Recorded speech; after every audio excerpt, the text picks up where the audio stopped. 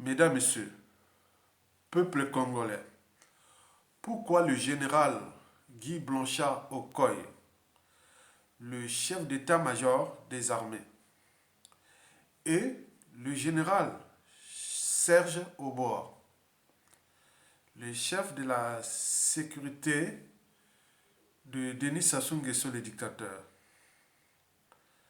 tarde-t-il à les déposer sans mort d'homme ni chasse à l'homme?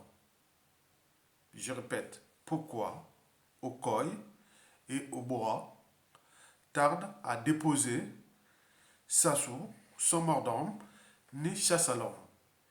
Et qu'est-ce qui coince? C'est tous les questionnements au regard de la situation catastrophique du pays. De ce fait, ils auraient pu prendre leur décision de déposer les tyrans et sauver le peuple et la nation. Mais là, niet. Depuis déjà 2015 ou 2016. Cependant, pour nourrir le débat que je vais ici vous les décrypter, les causes pour lesquelles ça coince. Et donc, je vous invite, vous, Congolais, individuellement et collectivement, à placer la raison, la vérité, l'intérêt supérieur de la nation au-dessus de vos émotions, de l'appartenance ou du tribalisme, au-dessus de vos intérêts particuliers et partisans, des conflits d'intérêts, au-dessus de la méchanceté, la jalousie, la guerre des égaux et autres. Parce que nous avions un pays, un bien commun qui est en train d'être fracassé.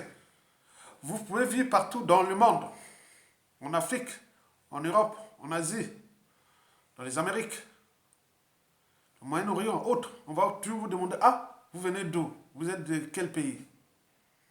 À ce moment-là, vous vous rendez compte que laissez votre bien commun à des tordus qui sont en train de le fracasser, c'est que vous-même dans la tête, vous n'êtes pas libre, ni digne, et encore moins souverain dans la tête. Donc, la souveraineté, c'est dans la tête. Moi, j'ai un pouvoir. Je suis citoyen congolais, j'ai un pouvoir. Aujourd'hui, j'ai un média, donc j'ai aussi un pouvoir. Vous aussi. La liberté et la dignité, c'est dans la tête. Et aussi dans le sang, et ça se transmet de génération en génération. C'est ce que je fais là. Donc, le travail que je vais vous faire ici, c'est un travail d'intellectuel. Un intellectuel, c'est un lettré qui fait part de sa liberté de pensée, de réflexion, d'analyse sur des sujets plus ou moins partagés, sur des problématiques plus ou moins partagées, ou sur des enjeux plus ou moins partagés. Donc, je suis là en toute liberté d'opinion, d'expression et de pensée. Mais j'ai toujours dit que quels que soient les enjeux, ma conscience sera toujours au-dessus de l'appartenance, du tribalisme et autres. Donc quand je parle comme ça, je parle pour l'intérêt supérieur de la nation, l'intérêt du peuple congolais. Mettez-vous en compte, voyez vous-même, pour vous qui voyagez partout dans le monde, vous allez être confronté à cette problématique de la citoyenneté. On va vous demander, vous venez d'où? Vous êtes, où sont vos origines? On va vous demander plein de choses comme ça. Partout où vous passez. Au travail, dans l'amitié, dans les études, partout, partout. En amour, on va vous demander, vous venez d'où? Vous êtes d'où?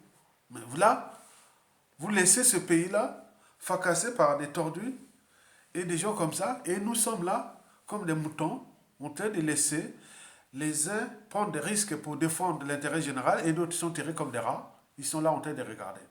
Certainement pas. Moi, je ne lâcherai rien. Parce que je sais que je suis un citoyen et j'ai des droits et devoirs de combattre l'injustice, l'oppression, la barbarie, la honte et les déshonneurs qui sévissent dans notre pays Et c'est cela que je fais, ce travail-là. Le travail-là va pour l'intérêt aussi des individus précités, c'est-à-dire au COI et au bois aussi.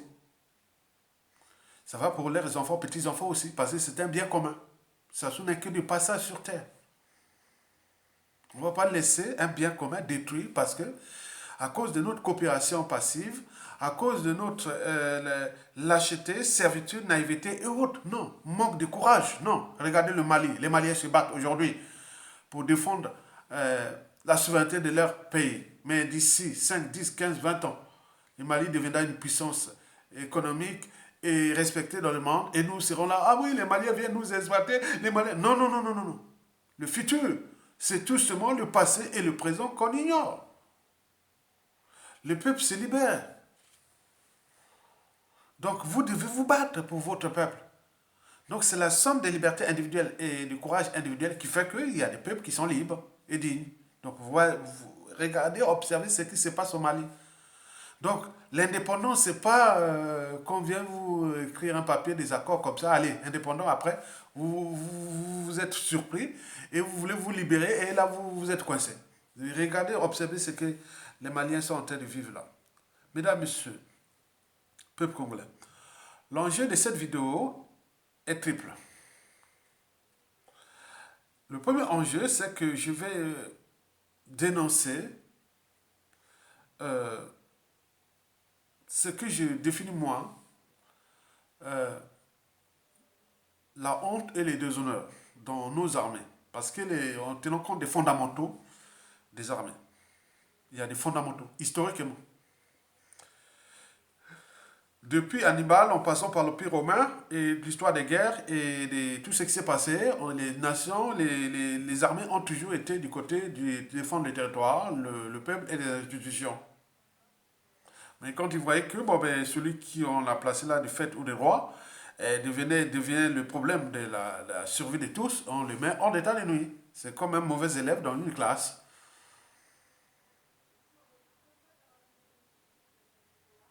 Et le deuxième enjeu est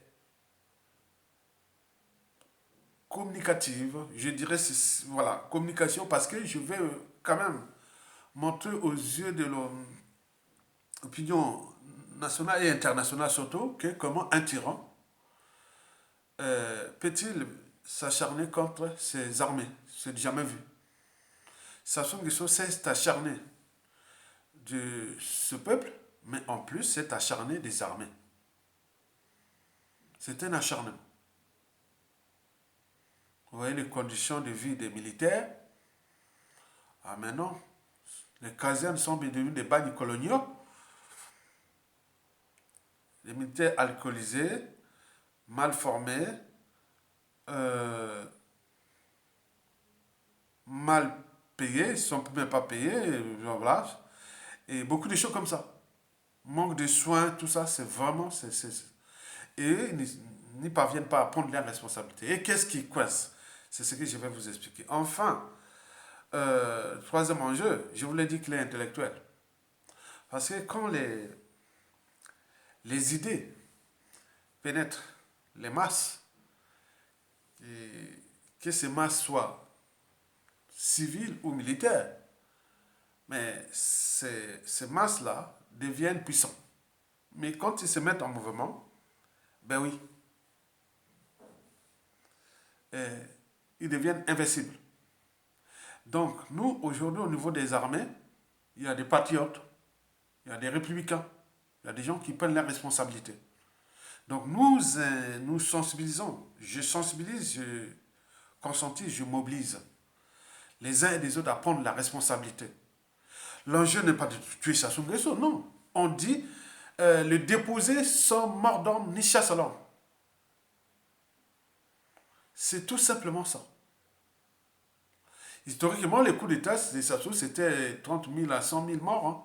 Maintenant, les derniers coups d'État salutaires ou autres, il n'y a pas de morts. Hein. Simplement, on dire, non, monsieur, bon, comme ils sont là dans leur clan, ils sont tous de la tribu, de famille, bon, on te laisse à côté, hein. Repose-toi à côté. Laisse le Congo continuer. Parce qu'on a brisé des millions de vies. On a humilié tout le monde dans ce pays. On a piétiné ce peuple-là. On a pillé ce pays. Et voilà, mais ce qu'est l'acharnement. Vous ne voyez pas que c'est la honte d'aller fêter vers les anniversaires. Ailleurs, c'est les autres. Alors que vous avez tout dans votre pays. Vous pouvez construire des autoroutes, des superstructures, des buildings, tous les trucs, des loisirs, de tout ce qu'on pouvait avoir au Congo, les minimums. Mais là, partir ailleurs, non. Nous avons le fleuve Congo là, c'est des lieux de tourisme. Vraiment, si on mettait des trucs de villégiature, de tout, de vraiment génial. Tout, depuis Mbazadunga jusqu'à même bon, on peut dire depuis Mbazadunga jusqu'à même à Betou. Et n'oublions pas les rivières. Toutes les rivières qu'on a, les gros affluents comme le Mongui, la Songa, la Likwala Moussaka, la Lima, et elle finit tout ça. Hein. Nous avons la mer, nous avons les maillons, nous avons froid, on peut prendre des trucs vraiment géniaux. Mais là, pour aller fêter les choses comme... Attends, c'est stupide. Donc, vous devez en prendre conscience que avant chaque changement majeur, il s'est passé toujours la révolution des idées, la révolution intellectuelle. Elle précède toujours les changements majeurs, qu'ils soient politiques ou militaires. Donc, vous devez m'accompagner dans cette réflexion et nourrir le débat et partager cette vidéo que je l'ai fait en toute honnêteté. Ça veut dire que si Okoy et Oboa prenait là que tu me vois, ce n'est pas un ennemi. Il est même pour vous, pour l'intérêt général. Les relations entre nous sont que des relations de citoyens et des lois et des droits et des devoirs et autres entre nous. Vous, dès qu'on critique, c'est la mort assurée et autres. Mais c'est quel monde? On n'est pas dans la jungle.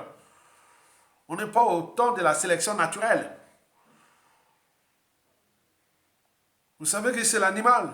L'instinct commande. L'animal obéit. L'animal est l'incarnation quelque part d'une totale servitude à la nature. On ne peut parler d'humain que quelqu'un qui sait franchir les barrières de la raison, de l'esprit critique, de la dignité, de la conscience et de la transmission de certaines valeurs, qui sont des valeurs d'ailleurs déjà de liberté, de dignité, du caractère sacré de la vie humaine, de justice, du devoir de mémoire, de plein de choses comme ça. On le fait dans le cadre d'un gouvernement, d'un pouvoir, qu'il soit civil ou militaire. Vous voyez, déjà ça, c'est ce qu'on doit appliquer, ce que les hédonistes parlaient déjà 300 ans avant Jésus-Christ, que le bonheur est le but de la condition humaine. Mesdames, Messieurs, peuple congolais, donc ces enjeux-là, vous devez en tenir compte. Qu'est-ce qui coince? Pourquoi ça coince? Et donc, je vous ai donné ces 3 enjeux. Maintenant, allons maintenant dans le questionnement. Donc, allons nourrir le débat. Qu'est-ce qui coince? Pourquoi Okoy, le chef d'état-major des armées, et Serge Oboa, qui s'occupe de la sécurité des Sassou, ne prennent pas leurs responsabilités à les déposer calmement?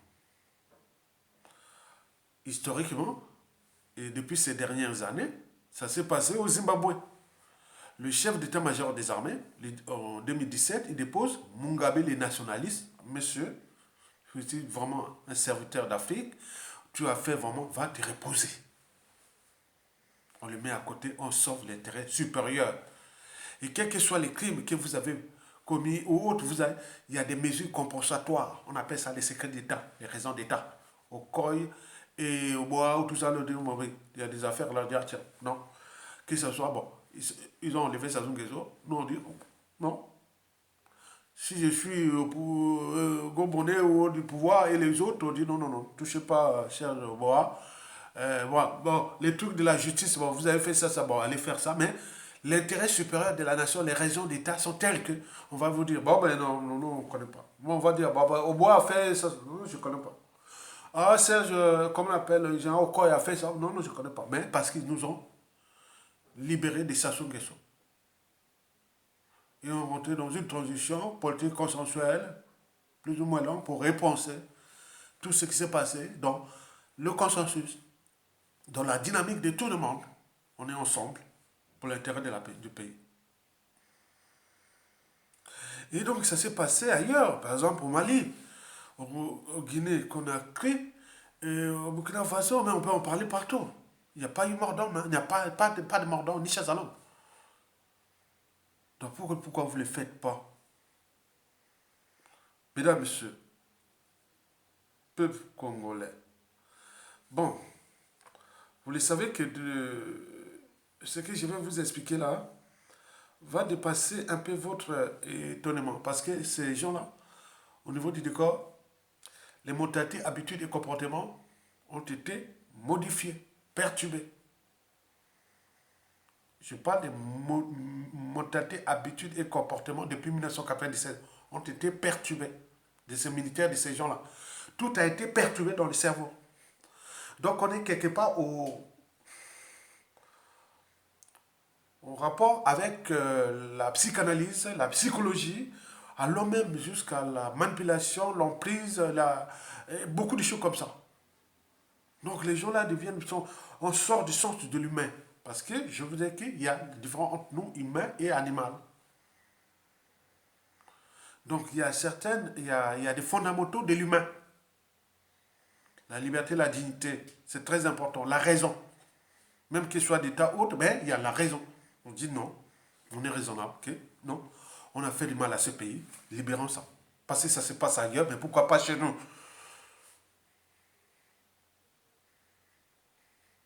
Je ne suis pas vos ennemis, hein, parce que les gens ne croient pas, parce que beaucoup me voient en aparté. Ils se disent, ah oui, mais finalement, ailleurs, c'est vraiment, c'est le Congolais parfait, quoi. Ils aiment du nord, du sud, est, ouest, quoi. Là où il y aura là où il y aura des embrouilles, il va chercher toujours à... Non, non, non, ça c'est... Voilà, des choses comme ça. On est comme ça, je suis comme ça. Je vous dis que les gens là, leur mentalité ont vraiment changé. Et pourquoi je dis ça? Parce que les officiers militaires congolais, j'en ai un. Au sein de la famille, au sein des amis et tout. Ah non, non, non, c'est pas... Quand on entend ce qu'il y a... Non, non. On dit, ça devient... C'est...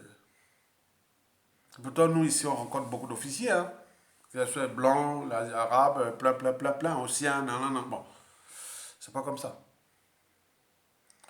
Mesdames, Messieurs, qu'est-ce qui coince? Ça coince à cause des 5 mots-clés. Le premier mot-clé, c'est désorganisation. Deuxième, assassinat. Troisième, formation. Quatrième, tribalisme. Et cinquième, France Afrique. Explication.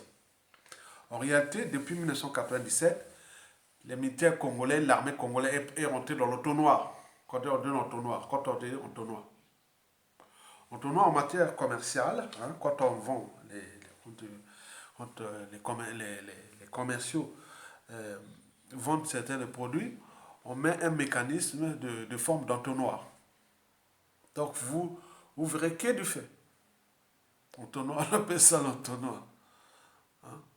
Donc on va t'orienter jusqu'à ce que tu rentres, tu signes. Comprenez ça? Ah là là. Ouais, entonnoir. On brise la glace, après on rentre dans le tonnoir. On fait rentrer les clients dans le tonnoir. Et là, c'est... Mesdames, Messieurs, premier mot-clé des organisations. Dès 1997, après le coup d'État, Denis Sassou Nguesso a désorganisé les armées congolaises. L'armée est devenue une armée hybride. On a inséré des étrangers par-ci par-là, les Tchadiens, les Angolais, les point, point, point. Donc, on a désorganisé. Et ce qui fait que, bon, ben, après avoir désorganisé, hein, comme on dit, le futur, c'est tout simplement le passé, le présent qu'on ignore. Si vous faites l'erreur aujourd'hui, dès le commencement, on n'y raté jamais les débuts. Et après, tout la chaîne, sans rentrer dans le tournoi des Sassou Nguesso, pour piétiner les armées. Et donc, là, déjà, un ministre de la Défense et un chef d'état-major des armées ont été empoisonnés. Dès le coup d'État, ils ont aidé tout ça. Après, en 2002, ils ont dit peut-être le poison. Mais il est mort, là, les Kunju. Et le chef d'état-major des armées, qui était là, mis en place dès le coup d'État, Moutando, général Moutando, on l'a empoisonné aussi. Le ministre de la Défense est autant empoisonné. Vous voyez déjà ça. Donc il prévoit déjà, Sassou voit loin. Il voit loin. Quand quelqu'un est dans le mal, Sassou est l'incarnation du mal. Donc il réfléchit loin dans le mal. Et ce qui fait qu'on l'appelait empereur, parce que tout ce qui est coup tordu, coup bas et coup tordu dans son pays, c'est lui, il est champion. Et il s'est un peu d'entraîner, conditionner les autres, par exemple au Côte d'Ivoire et partout. Donc vous vous amenez, quand on dit, ah oui, je vais écouter Sassou, ça veut dire qu'on va écouter les coups bas et coups tordus. Contre les uns des autres, contre leurs pays. C'est pas bien. Donc, désorganisation. Comment une armée qui est déjà désorganisée? Donc, le reste, ce fut un jeu d'enfant. Les généraux d'opérette, les soldats d'opérette, tout. Désorganisation. Deuxième mot-clé, assassinat, élimination. Et oui, Sassou Nguesso, je ne sais pas quelle méthode ils ont fait.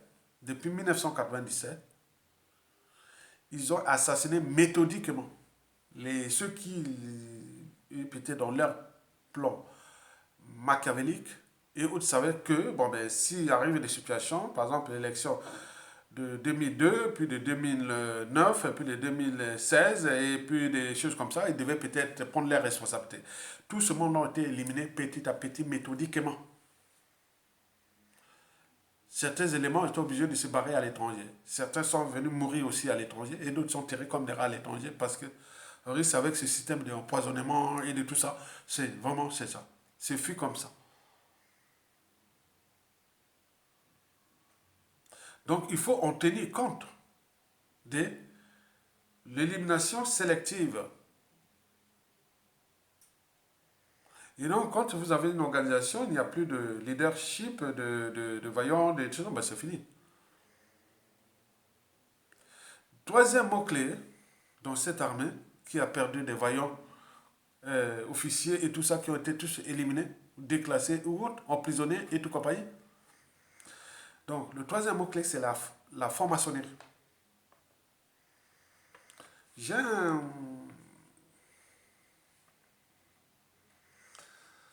ami officier hein, qui était venu ici. Il m'a dit, mon ami, le président Sassou Nguesso, j'ai dit, je l'appelle président, excusez-moi entre parenthèses, pour interpréter ça, mais ça, mais je ne l'appelle pas Sassou, jamais je l'appellerai Sassou président.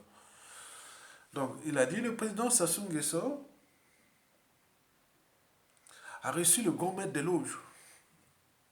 C'est quoi le grand maître des loges? Tu es officier, tu ne connais pas le grand maître des loges? Il ne connaissait pas. Le président Sassou Nguesso, en 2009, avait reçu le grand maître des loges. Pendant les présidents, c'est qui le grand maître des loges? Mandela Utipoto, grand maître des loges. Attends. Mais ce sont des forces centrifuges. Ils sont des réseaux ésotériques, sociétés secrètes. Ils sont encore de conflits d'intérêts et de tout. Mais nous, à l'échelle de notre pays, la franc-maçonnerie, les loges, ce sont des moyens de contrôle de tous les officiers, des contrôles, de soumission, d'écoute, de tout. Ils sont même au niveau de la résistance, même les formations au niveau de la résistance, qu'ils soient civils ou officiers, mais ils sont aussi écoutés par ça parce que c'est la même organisation. Le gourou reste Sassou Nguesso, donc toutes les informations sont collectées. C'est un réseau de collecte d'informations. Donc dans ça, vous ne pouvez pas s'en sortir.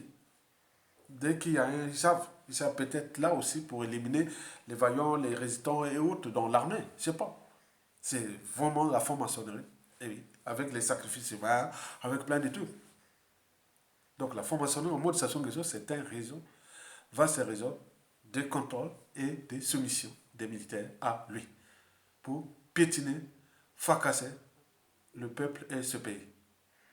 Vous avez tout compris? Et les armées, aujourd'hui, lambeaux et autres coopération passive. Bon, donc, le quatrième et avant-dernier mot-clé, c'est le tribalisme. Tout le commandement, le haut commandement, l'encadrement et toute compagnie, c'est aux mains du clan. Donc, ils sont là, ils contrôlent tout. C'est la privatisation des armées au service du clan, au service d'un tyran. C'est ça, tous les systèmes. En contrepartie, bon, ben, vous avez la garde prétorienne, vous avez sa sécurité qui sont bien protégées, et donc bien, donc tout est concentré sur ça. oui, la protection à lui. Il reste le cinquième mot-clé, la France-Afrique. Sassou s'occupe de sa propre sécurité à l'intérieur, mais la protection du territoire par rapport aux accords de la France-Afrique des années 60. Bon, la France protège, soi-disant le Congo, mais en réalité, il protège ses intérêts et protège Sassou Nguesso. Et voilà, donc là, il dit que aucun pays ne viendra l'attaquer. Tant que la France sera là, il ne va pas appeler la France va descendre. Mais les autres forces, les moyens financiers qui sont là, sont concentrés pour sa sécurité. Et les armées en lambeaux. Voilà pour les décors de ce blocage. Mais quand tu es parti, au retour, les pays ont train d'être fracassés. Mesdames, Messieurs, peuple congolais, voici maintenant l'envers du décor, c'est-à-dire ce que vous ne voyez pas. Premièrement, c'est que, bon ben, si ça coince, parce que ces deux individus précités, ils ont certainement une dette morale envers Sassou Nguesso. C'est un dû. L'État n'est pas impersonnel. L'État maintenant est privatisé. L'État, c'est Sassou Nguesso, c'est sa propriété, chèrement acquis par les sangs en 1997. Donc tout c'est Sassou. Et donc ces gens-là, ces individus-là, sont comme une dette morale. Parce que quand Sassou vous nomme à un poste de responsabilité, et quoi que c'est un dû. C'est une dette morale. Or, non, l'État, c'est impersonnel. Ils oublient ça. Quand les terrains supérieurs de la nation sont en danger, on peut déposer Sassou Nguesso et les laisser même là. Vous voulez les garder. Mais à côté, on protège l'intérêt général, on protège tout le monde. Et la continuité de l'État. Ça n'appartient pas à un individu qui est mortel. Non. Donc là, ils ont une dette morale. C'est ça qui coince. Quand tu viens Sassou Nguesso comme ça, c'est les liens affectifs. Autres, tous savaient. Ok, dans un pays, il ne veut pas avoir, au niveau des fonctions administratives, politiques et tout ce qui concerne l'État, il n'y a pas de liens affectifs. Tu viens faire ton boulot, si tu ne peux pas, bon ben, voilà. Les liens affectifs, c'est privé, c'est pas là. Mais là-bas, c'est la dette morale. Deuxième, ce sont surtout la peur de perdre les privilèges.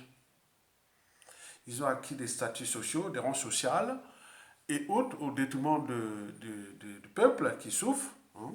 Ils ont bien mal acquis toutes ces choses-là. Hein. Les officiers sont devenus des commerçants hein, et tout ce monde-là. Hein. Et le peuple dans la merde. C'est une honte, c'est le déshonneur. On appelle ça le déshonneur, l'indignité. Ailleurs dans le monde, surtout dans les pays nordiques ici par exemple en Europe, par exemple dans les pays nordiques, là à côté, là c'est moral. Allez voir même au Japon, même au Corée du Sud, voir ce qu'ils font là, non, c'est moral, c'est sale, c'est sale, c'est sale. Tu ne peux pas prendre le moyen de tout, c'est un privilège, non. Donc la perte des privilèges qui hantent les esprits disent, ah tiens, si ça se tombe, il reste des déclassements, on n'aura plus ça. Donc c'est un suicide collectif. Donc c'est suicide eux-mêmes, parce qu'ils sont en train de tenir le peuple comme le peuple gagne toujours car il est éternel, car on ne sait pas dans le peuple, ne sait pas qui, et n'oublions pas que le combat d'un système, d'un clan ou autre contre le peuple, c'est comme celui de l'homme contre la nature, il sera toujours perdu par l'homme. Par conséquent, Denis Sassou Nguesso, ces gens-là, par le privilège, on ne sait pas le destin d'un peuple, on ne sait pas qui. Il va surgir comme ça. Comme le crocodile qui sort comme ça de la gueule d'un lion ou d'un gnou. Voilà. Vous voyez dire ça. Donc, perte de privilèges, ils ont peur de ça. Troisièmement, c'est la justice. Ben oui, la justice, ils ont fait trop de mal, crime de sang, crime de génocide, crime économique et autres. Donc ils ont peur de ça. Alors qu'ils peuvent avoir des mesures compensatoires en ne posant que de détruire, laisser détruire tout jusqu'à arriver à un chaos. Nous savons que le chaos, le peuple a le temps, hein, même jusqu'en 2050-80, il est là. Mais donc, vous voyez déjà ça. Bon, quatrième, ce sont les enjeux France-Afrique. Ben oui. Bon, si France-Afrique, les géopolitiques, géostratégiques, regardez, écoutez, observez ce qui se passe au Mali. C'est un acharnement. Donc, vous voyez qu'on n'a pas l'indépendance, nous sommes encore en bas. Regarde, le Mali fait ça, voilà comment on était coincé. Bon, on apprend des erreurs des uns et des autres. La France, par l'Europe, ont de jouer un jeu dangereux parce que demain, beaucoup de pays africains feront pareil, hein. Ah, ça, c'est sûr. Mm. Beaucoup. Donc, chacun son tour. Ils sont en train de cogner contre le Mali, contre l'Afrique, là. Donc, oui, c'est malheureux. Donc, les enjeux géostratégiques sont là. Et ils attendent au niveau de la France-Afrique. Ils disent, bon, allez-y maintenant. Ou faites pas. Donc, ils attendent. En attendant, ils sont en train de laisser fracasser un pays, détruire un peuple. C'est le paradoxe. Donc, c'est dans leur conscience, oui, qu'on peut tout fuir, sauf sa conscience. Ils se disent que non, mais comment? Se réveille le matin, les populations, pas d'eau potable, pas d'électricité, pas de soins, pas d'école, pas de point de justice, pas. Il n'y a rien, les infrastructures de merde qui sont en train de tomber, des pays en ruine, et vous êtes là comme des animaux, quelque part, on regarde comme ça. Hein. C'est pas bon. L'humain ne doit pas être comme ça. Mesdames, messieurs, peuple congolais. Donc, l'après, c'est quoi? Qu'est-ce que nous dirigeons? Nous allons vivre quelque chose d'étonnant parce que il faut en tenir compte des contextes. Le contexte est bouleversant parce que le monde a changé, il va changer. L'Afrique a changé depuis 1992, ils sont en train de monter en puissance. Ce sont des processus qui demandent du temps. Mais il y a des stratégies et n'oublions pas qu'il y a des enjeux aussi géostratégiques qui sont là en cours et qui avoir ce genre de chamboulement au niveau de notre pays, au niveau de la sous-région, du bassin du Congo, d'Afrique centrale ou du golfe de Guinée, qui est aujourd'hui convoité aussi par l'Union européenne, ou le maintenant c'est la France, qui, voilà, donc, mais on leur demande comment on va se passer. Donc, observons ce qui se passe au Mali, ce qui se passe en Afrique de l'Ouest. Ça va arriver chez nous. Donc, eux, ils auront pu prendre les mesures anticipatives, des dépositions de choses pour éviter que demain, on gère ces problèmes-là par les chaos. Parce que le contexte, là, on ne sait pas les rapports de force qui vont arriver à tout instant. Parce qu'aujourd'hui, les rapports de force sont en faveur du système Sassou Nguesso, parce qu'il y a la France-Afrique qui est en difficulté. Mais peut-être elle aussi a déjà anticipé aussi. Le perdant sera 100% les Sassou Nguesso, les clans. Parce que la France ne défend que de ses intérêts au moment venu. Et à tout instant, il peut dire non, mais ça y est, c'est fini. Tout a changé. Et les gens là qui peuvent peut-être en bénéficier plus, ils vont perdre gros. Parce que quand la justice est rendue par le peuple, alors là, c'est catastrophique hein, pour ceux qui l'ont puni le peuple, pour ceux qui ont puni le peuple. Donc prenons-en conscience que nous avions un destin, le destin d'un peuple, le destin d'un pays. On a chopé un individu qui est arrivé là par effraction, par le sang et autres. Donc il est à l'apogée. Et donc à tout instant, ça peut chambler, mais les gens du système sont tellement maintenant nourris au lait, au miel et tout ça. Ils croient que c'est l'air maintenant ceci. Maintenant, comme vous, en faisant la lecture de la chute de la plupart des dictateurs. Et ça va arriver au Congo et ça peut arriver à tout instant. D'où l'enjeu de partager ces vidéos et pour que l'éducation pénètre les masses. Et les masses soient conscients que même au sein du clan, même au sein du régime, même au niveau des armées, tout individu peut prendre ses responsabilités et devenir comme Assimi Goïta, les Mamadou Doumbouya, tout ce qui s'est passé. Hein. Donc vous pouvez sauver votre pays. Et historiquement, et depuis la nuit des temps, les peuples ont toujours reconnu ces gens-là. Donc, on sait dans l'histoire. Moi, je ne suis pas venu pour servir et rester là tranquille et mourir comme ça. Non. Laissez votre nom dans l'histoire. D'où l'intérêt de se structurer, de s'organiser, de trouver des gens qui ont la même mission que vous. On dépose Sassou Nguesso.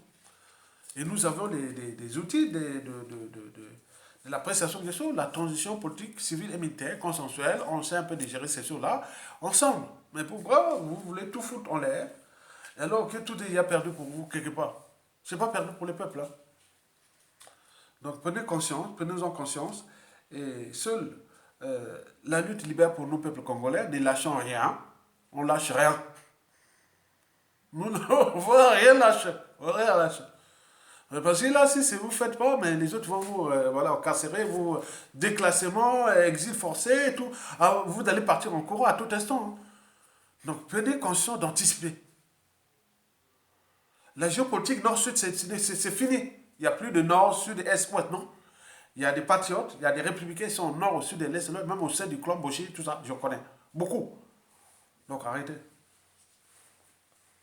Mesdames, Messieurs, peuple congolais, partagez cette vidéo pour les engagés, les résistants et autres. Pour les moutons, les indigènes et autres, ça ne vous concerne pas parce que, voilà, ce genre de formation, ça devait être négocié jusqu'en à peu près jusqu'en 2005. Hein, pour faire passer un message comme ça, il fallait négocier, négocier, négocier. Il ne fallait même pas passer, il fallait aller voir RFI, il fallait aller voir Jeune Afrique, il fallait aller voir là. Et là, de cette formation-là, on devait me remettre que, ah tiens, il reste que ça pour les formations. Tous les autres sont censurés. Maintenant là, on a un média, moi je suis un média, vous êtes un média, participez et autres pour que les formations pénètrent les masses et on prend notre responsabilité de se libérer. Vous voyez, c'est un processus. Un processus, c'est comme le voyage en train ou le voyage en bus. Il y a un départ et un terminus. Donc nous avons dans ce processus de la chute des Sazou, il y a des stratégies, il y a des mécanismes, il y a des choses comme ça. Donc nous sommes peut-être l'avant-dernière station et de la chute des avions. Donc, à tout instant. Donc, prenez conscience de partager les vidéos, et de réfléchir et motiver les uns et les autres. Nous voulons que vous soyez des individus, des citoyens. Parce que vous avez trois vertus. La désobéissance, la résistance et la révolte contre l'injustice, l'oppression et la barbarie, civile ou militaire. Par la désobéissance, vous arrachez quoi? Votre liberté. Par la résistance, vous arrachez quoi? Votre dignité. Répétez. Par la désobéissance, vous arrachez quoi? Votre liberté. Par la résistance, vous arrachez quoi? Votre dignité. La liberté et la dignité, ce sont les droits de l'humain. Privé de liberté et de dignité, vous êtes soit indigène ou esclave, voire en prison. Prisonnier. Ok? Mais par la révolte, vous exprimez quoi? D'un côté le courage et de l'autre côté le pouvoir du peuple. Donc la révolte civile ou militaire, c'est ça.